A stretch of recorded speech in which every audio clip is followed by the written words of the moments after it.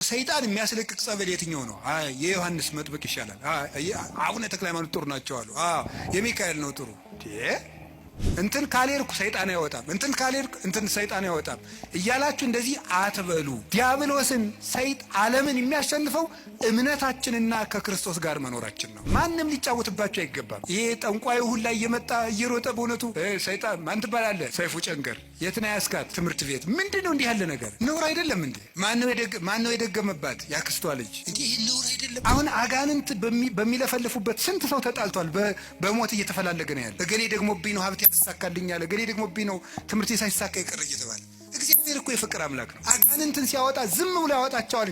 የእግዚአብሔር ታምር ሌላ ችግር ፈጥሮ አይሄድም። ትክክል አይደለም። አጋንንትን የምንዋጋው ከእግዚአብሔር ጋር በመሆን ነው። የትኛውም ቤተ ክርስቲያን ውስጥ አጋንንት ይሸነፋል። ሚካኤል ከሆነ ደብራችሁ ሚካኤል ጋር ህብረት፣ እዚያው ሁኑ፣ እዚያው ክርስቶስ አለ። ገብርኤል ከሆነ እዚያው ህብረታችሁ፣ እዚያው ህብረታችሁ ውስጥ አትነጠሉ። ተመስገን ይኸው 5 ዓመቴ ነው፣ መቁጠሪያ ቆጥራለሁ፣ አብይ ጾም ጾማለሁ። ሰይጣንን እየቀጠቀጥኩት ነው። እሱ ነው እየቀጠቀጠ ያለ ጌታ። እንደዚህ ማለት በራሱ መቀጥቀጥ እኮ ነው። እውነቴን እኮ ነው። ሰይጣንን ተመስገን ነው እየቀጠቀጥኩት ነው አይባልም። ሰይጣንን የሚቀልድብን በምንድን ነው ካላችሁ፣ በፈቃዳችን። አሁንም ቢሆን በዚህ ዘመን የተሳሳቱ ስብከቶች አሉ። ሰይጣን ማንኛውም ሰው ላይ አለ የሚል ስብከት የለም። ሰይጣን ማንኛውም ሰው እየገዛው ነው፣ አይገዛውም። ሰይጣንን ለማሸነፍ እያላችሁ አትጸልዩ። ሰይጣንን እያሰብክ የምትጸልይ ከሆነ አታሸንፈውም፣ በጉልበት አትሸንፈውም። አንተ ጥይት ብትተኩስ እሱ ኒውክሊየር ይተኩሳል ይላል። የ7000 ዓመት የውጊያ ልምድ ያለው ጀግና ነው እሱ። አይሆንልህም። ሰይጣንን በጉልበት አሸንፉ። በቀን 400 ሰግዳለሁ ሰይጣንን እቀጠቅጠዋለሁ ይላል አንዳንዱ። 4 ሚሊዮን አድርገው አትቀጠቅጠው። በስግደታችን ብዛት በጸሎታችን ብዛት እናሸንፋለን ማለት ትዕቢት ነው። የሚያሸንፈው ማን ነው? እግዚአብሔር ነው የሚያሸንፈው። ያለ እግዚአብሔር ፈቃድ ባለስልጣን አይሾምም ይላል። በደንብ ስሙ። ያለ እግዚአብሔር ፈቃድ ምን አይሾምንም። እና እንግዲህ ሁሉም ባለስልጣን እግዚአብሔር እየፈለገ ነው የሾመው። እንደው የዛሬዎችን መገምገም ከፈራችሁ የድሮዎችን ገምግሙ፣ ችግር የለም። እውነቴን እኮ ነው ማለት ነው። ቢያንስ የድሮዎቹ መጥተው ምንም አያረጉንም ማለት ነው። ስለዚህ የድሮዎቹን መገምገም ትችላላችሁ። እና እንደው ሁሉንም እግዚአብሔር እየወደደ የተሾሙ ናቸው። እግዚአብሔር ረድኤቱን ከኛ ላይ ሲያነሳ አራዊት የሆኑ ሰዎች በስልጣን ሊሆን ይችላሉ፣ በጭካኔ ሊሆን ይችላሉ፣ መጥተው እንዲሰለጥኑ ያደርጋቸዋል ማለት ነው። በሰው ላይ እንዲሆኑ ያደርጋቸዋል። ክፉ ነገርን ማን ነው ያመጣው ካላችሁን፣ እኛ ነን ክፉ ነገርን የምናመጣው። እግዚአብሔር ክፉ ነገርን አመጣለሁ ማለት ክፉ ነገር ሲመጣ ዝም እላለሁ፣ አሰናብተዋለሁ ማለት ነው። ፈርዖን በእስራኤል ላይ እንዲሰለጥን ዝም እለዋለሁ ነው፣ አሰለጥነዋል። ለምንድን ነው እግዚአብሔር ክፉ ነገር እንዲመጣብን የሚፈቅድ? አይወደንም፣ ይወደናል። አይፈልገንም፣ ይፈልገናል። አያዝንልንም፣ ያዝንልናል። እና ግንሳ ምን ሆነ? እንዳይጠብቀን እንዲጠብቀን የሚያደርገውን ነገር ሁሉ ቆርጠነዋል። ከሱ ጋር መዋል አንፈልግም። እሱን በጸሎት ማነጋገር አንፈልግም። ሕጉን መፈጸም አንፈልግም። በቤቱ መኖር አንፈልግም። መታረቅ አንፈልግም። መስማማት አንፈልግም።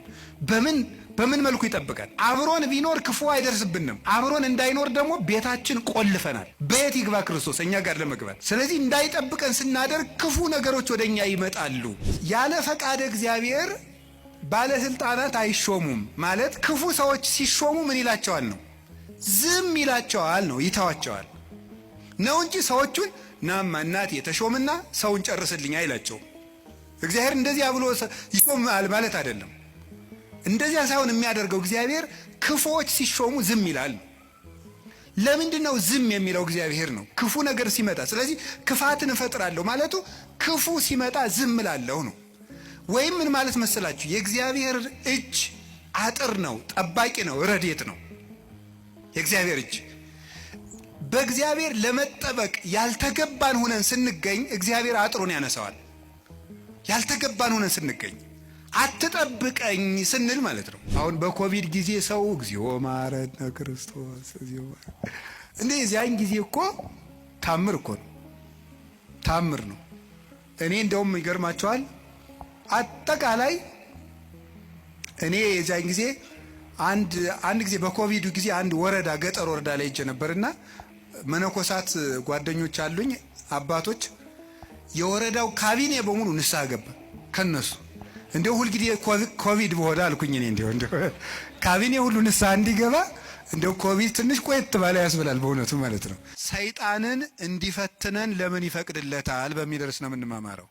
እስኪ በሉ እግዚአብሔር በሉ ሰይጣንን እንዲፈትነን ለምን ይፈቅድለታል? ድገሙ እስቲ እግዚአብሔር በሉ። ሰይጣንን እንዲፈትነን ለምን ይፈቅድለታል? ሶስተኛ በሉ እግዚአብሔር ሰይጣንን እንዲፈትነን ለምን ይፈቅድለታል ነው።